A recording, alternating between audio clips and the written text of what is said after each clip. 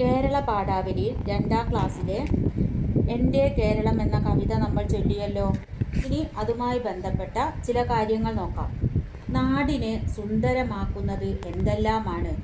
അപ്പോൾ കാണാം, എൻ്റെ നാട്. എൻ്റെ നാട്ടിൽ എന്തൊക്കെ ഉണ്ട് എന്നാണ് നമ്മൾ കവിതയെ കണ്ടത്.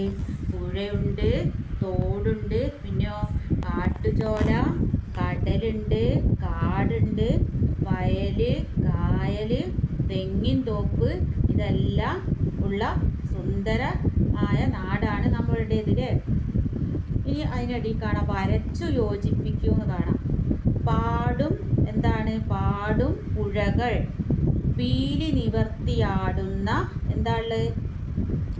തെങ്ങിൻ തോപ്പ്, മോടി കൂടുന്ന മലരണിക്കാട്, തുള്ളിക്കളിക്കുന്ന കടൽ. പിന്നെ നിറം കൊടുക്കാനുള്ള, നിറം നൽകാം.